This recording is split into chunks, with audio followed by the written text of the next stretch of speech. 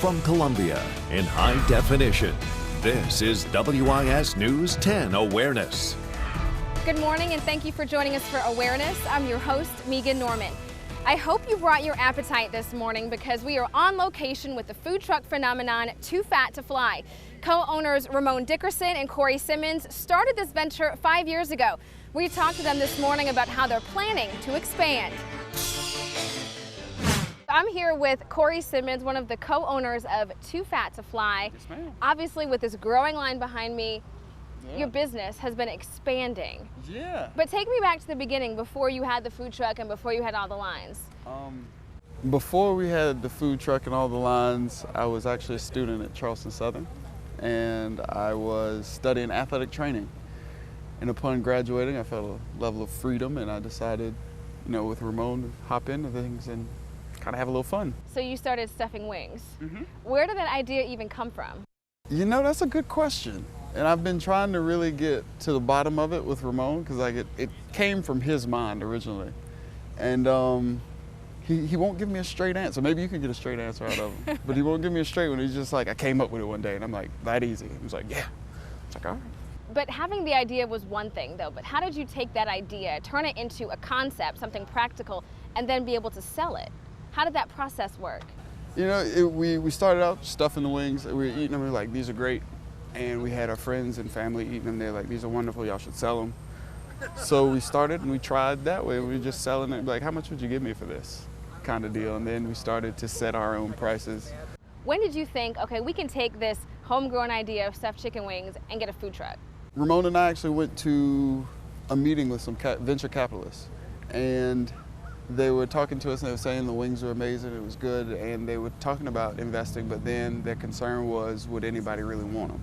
Because we weren't that thoroughly tested.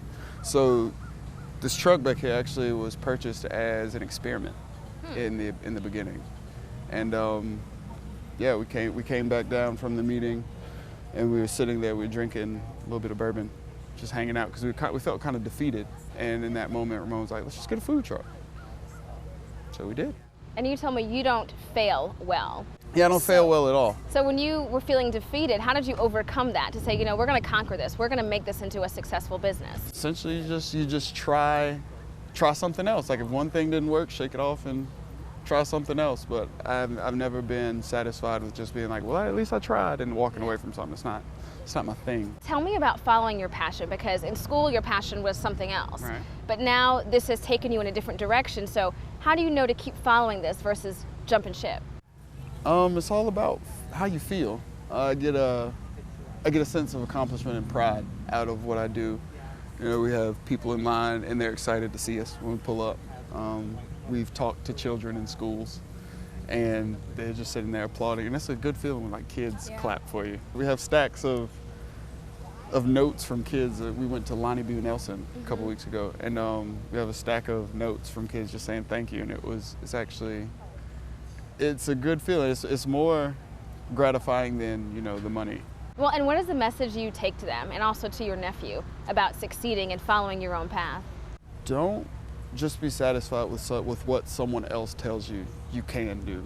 Just believe in yourself and do what you feel is right. Also, fail forward instead of fail forward. Like if you fail, learn something from it and keep moving. Because there's an abundance of people who have had a rough start with some things, and they've kind of fallen back on themselves and kind of get into the whole mode of pity. But it takes a little bit of something to actually fail and keep moving in a positive direction.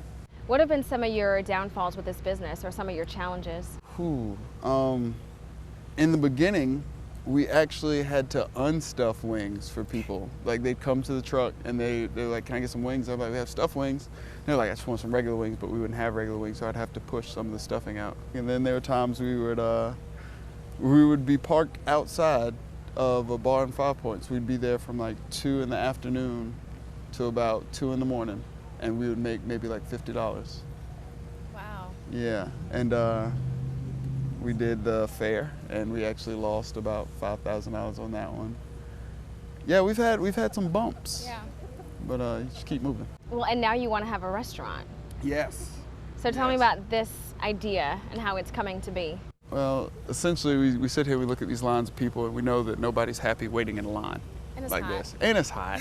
And sometimes we run out of stuff, and that's not anything that anyone wants to deal with. So if we had a restaurant, it would serve as a production facility on a small scale for just the restaurant, but it would be used to, I guess, essentially mock up what we would do for mass production, because after a restaurant, we want to be on store shelves and franchising, things like that. So things are shaping up a little bit. We're chipping away at it slowly but surely, but we're going to get it. When do you want to have this restaurant?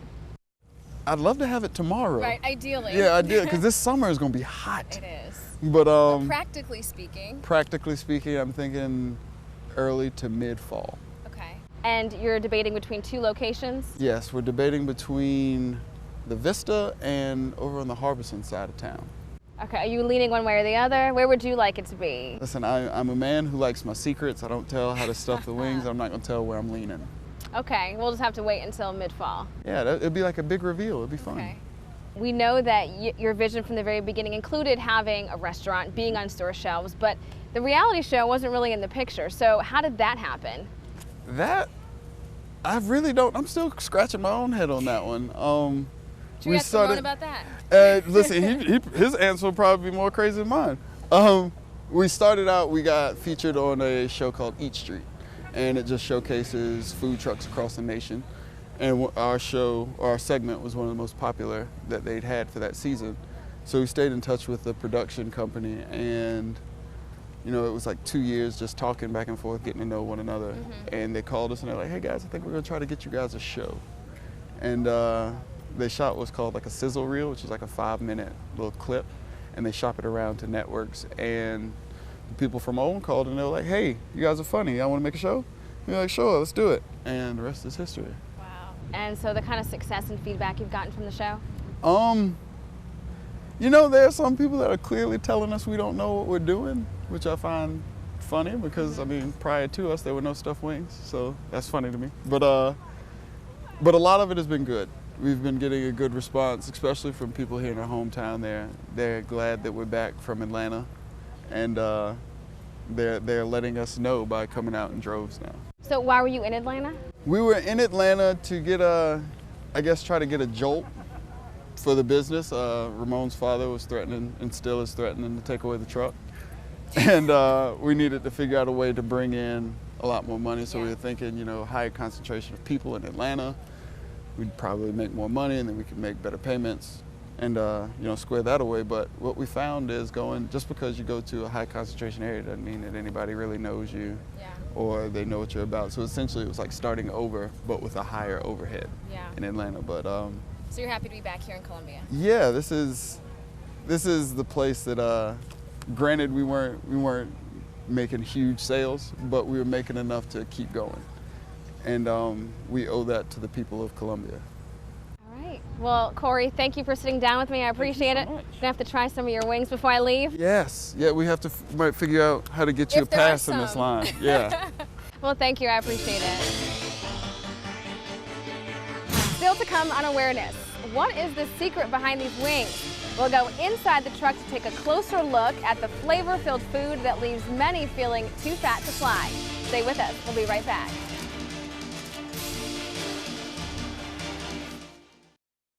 We have our mac and cheese, which is your classic macaroni and cheese inside the lid, with the cheddar sauce on the outside. Then we have our chicken parmesan, which is mozzarella cheese, French bread, garlic butter, and Italian seasoning inside the wing with a garlic tomato marinara sauce on the outside. It's nothing like I've ever tried before. It was really good. What have you heard about them? They're delicious. awesome. Yeah. And I want some. From first-timers to veterans. Have you ever had stuffed wings? Never. Is it the flavor It was an amazing taste. or the experience Oh, this is kind of new. I like trying new things. or the anticipation of fat-filled goodness? I tried the jambalaya one with the rice and the Thanksgiving one. Chicken and waffle and the sucker punch. This is a fresh jalapenos, bacon, and cheddar. That's my favorite. I had the jambalaya, the macaroni and cheese, and the stuffed baked potato. I kind of get excited and do my little happy dance. So I always get really excited when I get to stop by. Some stop by and wait. And wait. I stood in line for 5 hours at the Honda dealership on Saturday. And wait. I've waited in line several times. They've been sold out, so I'm looking forward to getting some good lunch. The name alone is a tempting draw. Chicken wings stuffed too fat to fly. Oh my gosh, they were so good. My husband really liked the macaroni and cheese. My favorite was the stuffed baked potato. But one question always remains. How do they do it? I'm curious to see how they stuff it with the bone in it. That's the big question. That's the big secret. Listen, I'm a man who likes my secrets. I don't tell how to stuff the wings. Not knowing the secret does not deter customers, nor does the line. You have to try it. You really have to try it. It's worth waiting in line. Definitely. One bite and many are hooked. Come out and try it. You'll love it. Coming up after the break, we'll have more with the other owner, Ramone Dickerson. Back with Ramone Dickerson, another owner of Too Fat to Fly. Ramone, busy afternoon out here. Yes, very busy. This is the norm, though, for you. It is. It's become the norm now since we've done a couple things. We love it, and we're so fortunate, and we're happy. We're just flat out happy about it. That's great, but not complacent because you have these lofty goals that you're still trying to accomplish. Yeah, not complacent. It's weird because now that we have these long lines and this awesome, community support and customer support, now we're starting over. So now we have to figure out new systems to be faster and to be more efficient and to be able to serve these long lines. But then at the same time, we know that we have to do something bigger now because the demand is so much greater. Yeah. Right. So, and the next step is a restaurant. A restaurant, yes. Brick and mortar shop. Yeah, the old one-stop shop. Yes. Somewhere that does not move and break down on the side of the road. So the food truck breaks down every now and then. Yeah, I mean, the Fonz is reliable, it's temperamental. That's why he's such a good member of Too Fat to Fly, because he has an attitude. So he makes himself just a part of the crew. The Fonz makes he adds personality. Yeah. If you don't tend to the Fonz, he'd be like, hey guys, listen, I know y'all got all this camera time and stuff, but what about me? What about my 6 wheels? You gotta feed his needs too. Gotta feed his needs, yeah. Well, so with the restaurant though, you can do more preparation, you can feed more people, you don't have to wait out in the heat. Yeah, listen, everybody, I understand the summertime is a good time. Growing up in South Carolina, you play basketball, you have fun with your friends, go swimming. But there's no pool out here, there's no spritzer fan, there's no AC, which is one reason why we want to get people out of the heat into some air conditioning. And we want to make sure everybody that stands in the heat gets to eat. Right, exactly, because you get some pretty frustrated people if they don't get to eat.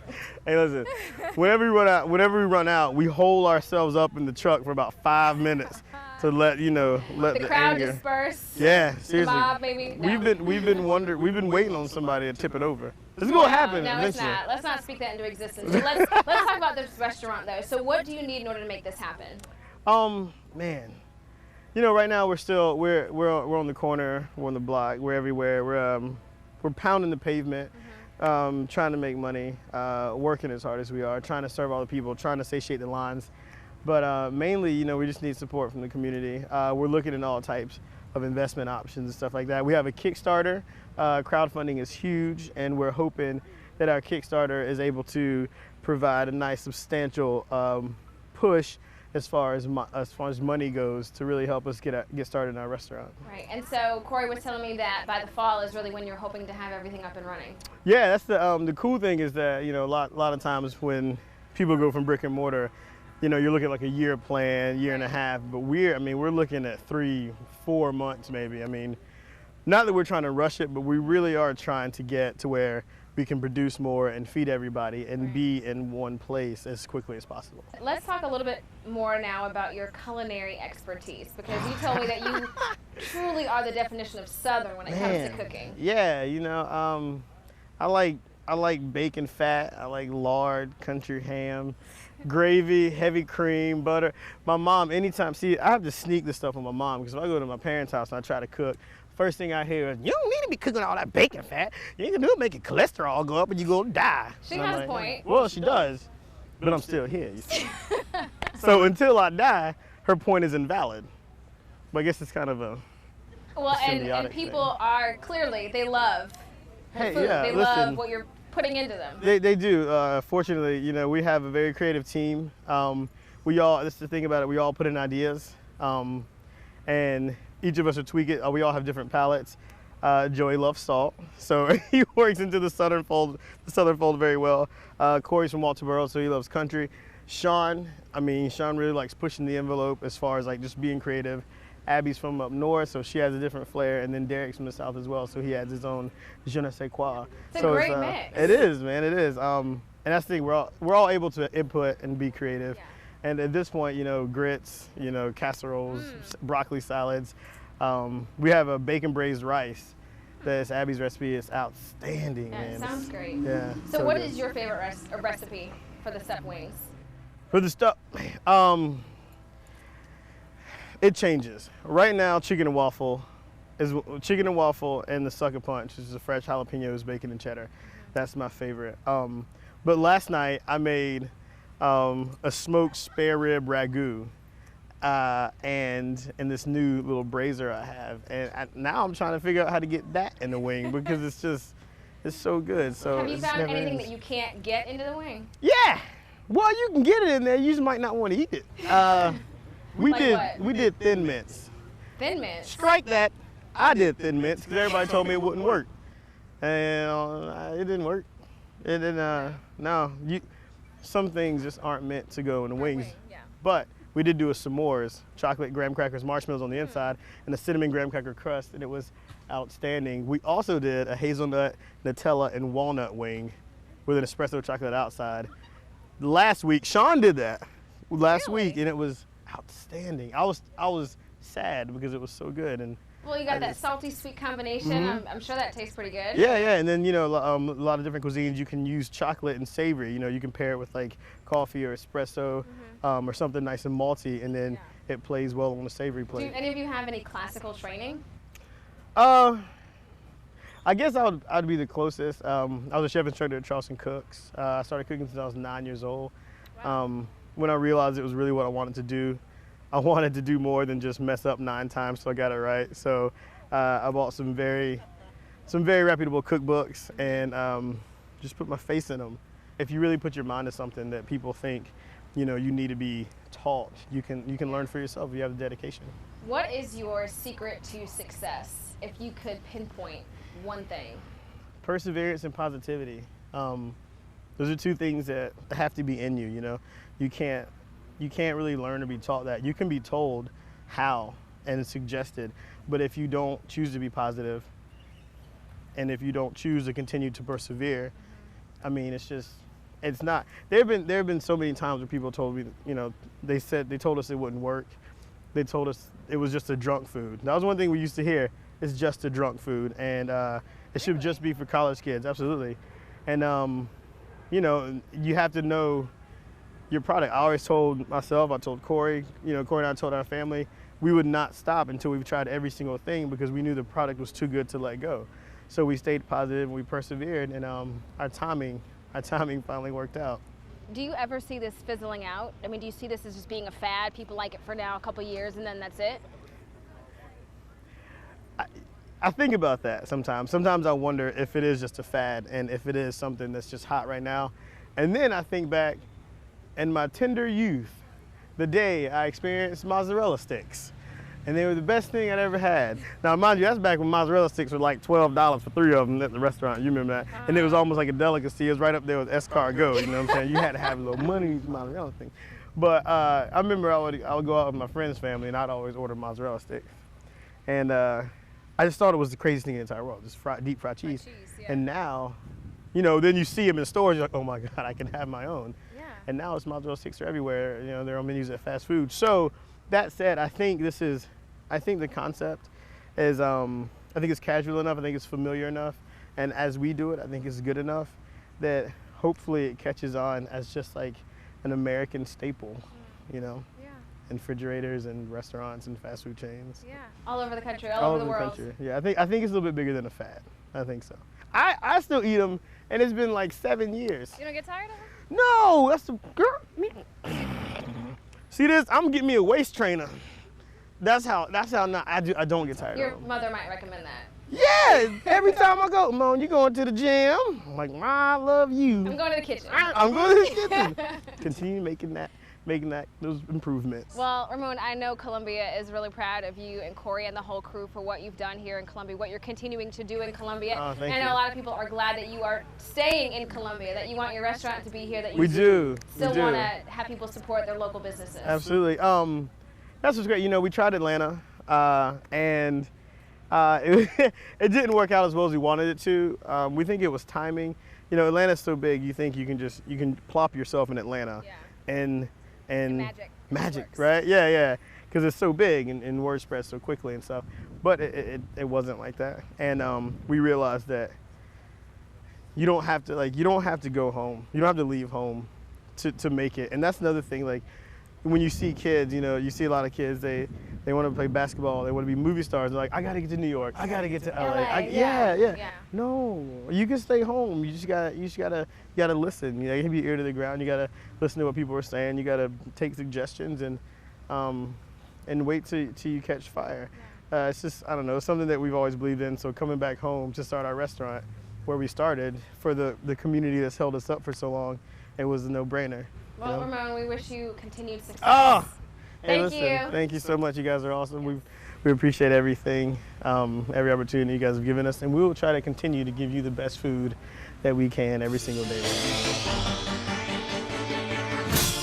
We'll be right back with the final thought.